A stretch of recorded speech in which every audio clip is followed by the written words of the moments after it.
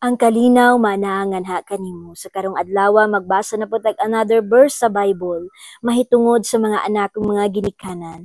Efeso chapter 6 verse 1 to 4 nag-ingon, mga anak, sanglit mga Kristohanon man kamo. Sundan ninyo ang inyong mga ginikanan kay mao kini ang husto. Ang unang sugo nga dunay saad mao kini.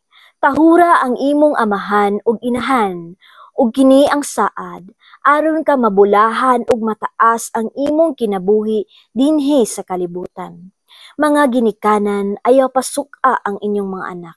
Hinunua amumaha sila sa Kristohanong disiplina ug maayong pagtulunan. So isip anak atong katungdanan nga magtahod sa atong ginikanan. Atong katungdanan nga motuman sa ilang sugo, labi na kung kita naapa sa ubos sa ilang pagbulutan, uban pa kanila nagpuyo ug sila pa ang nagpakaon nga kanato. Kay kun kita god, dili mo tahod sa atong ginikanan, dili nato madawat ang saad sa Dios aron ka mabulahan ug mataas ang imong kinabuhi dinhi sa kalibutan. Buot pasabot, the more dayta magtubag-tubag sa atong ginikanan, kuhaan sa Ginoo ang atong kinabuhi, itason sa atong kinabuhi dinhi ni yuta. Apan the more ta nga magmahal, magrespeto sa atong ginikanan, patasan sa Ginoo ang atong kinabuhi dinhi ni yuta. Ug mo ni sikreto sa panalangin aron ka mabulahan. So kung kitang mga anak gali mo dagko na ang atong mga bukog, duna natay kaya sa kinabuhi. Unya di na ta mulingi sa atong ginikanan kay daghan ra ba sa mga batan-on karon nga wala daw sila'y responsibilidad sa ilang ginikanan, wala daw sila'y utang kabubuton sa ilang ginikanan, dili daw nila responsibilidad nga mabuhi sa ilang ginikanan. Kinsa di ay. Kung mauna ang imong paglantaw nga dili nimo responsibilidad ang imong ginikanan, panahon sila matigulang.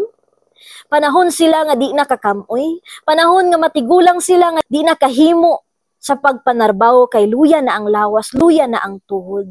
Unya dili man lang kamuhatag maski gamay na igo ug sapat sa iyang panginahanglanon, maski do na kay kaya. Dan igsuon, di nimo madawat ang saad sa Dios nga ikaw mabulahan. Kay daghan sa mga anak karon ang ilang ginikanan manawag nagmulo nagbalatian apan dili man lang kaantigo muduaw nga kanila. Magdumili kay busy. Hinumdumi ang imong ginikanan tao usab og dunay kinutuban. Ayha na lang baday ka moduol kung tuan na ngadto sa lubnganan.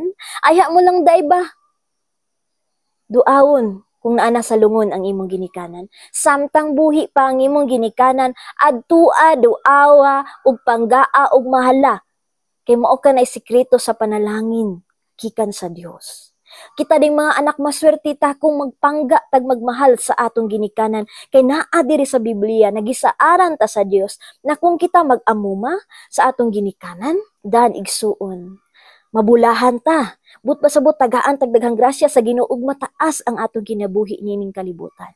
Mo na igsuon amumaha gyud ang inyong mga ginikanan. Kay ngano sa panahon nga kusgan pa sila, kita biyang mga anak ang nahimulos sa ilang kinitaan. Ngano, makadaghan nga bisis nga doon na sila gusto nga paliton pero wala nila gipalit. Musugot na manggali ng ubang ginikanan maski walay bagong bisti, maski mabuslot na ilang panty ug brief, ila pang suoton mapalit lang ang sinina nga para sa anak. Musugot naman lang na sila di kay inog kape, di kay mugatas, mapalitan la gatas ang anak. Daghan kay gisakripisyo ang ginikanan para lang matuman ang pangandoy sa anak, gisuportaan. Mo nang ayaw sila baliwalaa panahon nga ikaw mo successful na. Kay dili ka kaabot sa imong naabtan karon kung wala ka panganak sa imong inahan.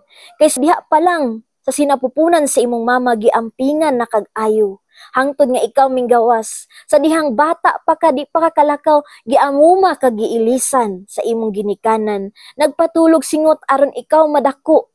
Makaeskwela sa nindot nga eskwelahan. Unya human di nakamulingi. Makagaba na. Masilutan tang mga anak nga di mulingi sa ginikanan. Munang daghan karong makita nga mga anak bisag unsa og tamag paningkamot ng paningkamot pero wala gyapon mi asinso. Ngano?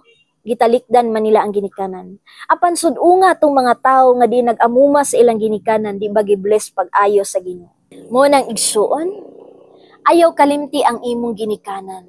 Labi na kini kung wala nay kaya sa buhay, hatak. Ayaw pag inisipan, Miingon ka karon nga awag mihatag ang akong igsuon, no? Wala pag di mohatag ang imo igsuon kung ikaw naluoy sa imo ginikanan ayo na panghingang pa. Pasagdai sila nga manubag sa Ginoo ni ining sala ang ilang gibuhat nga wala nila amumaha. Ayaw pag-apil nga ikaw sab mismo masilutan kay wa po sab kagabuhat. Igsuon kadi ni Kristo, mahala ang imong ginikanan samtang buhi pa sila. God bless you.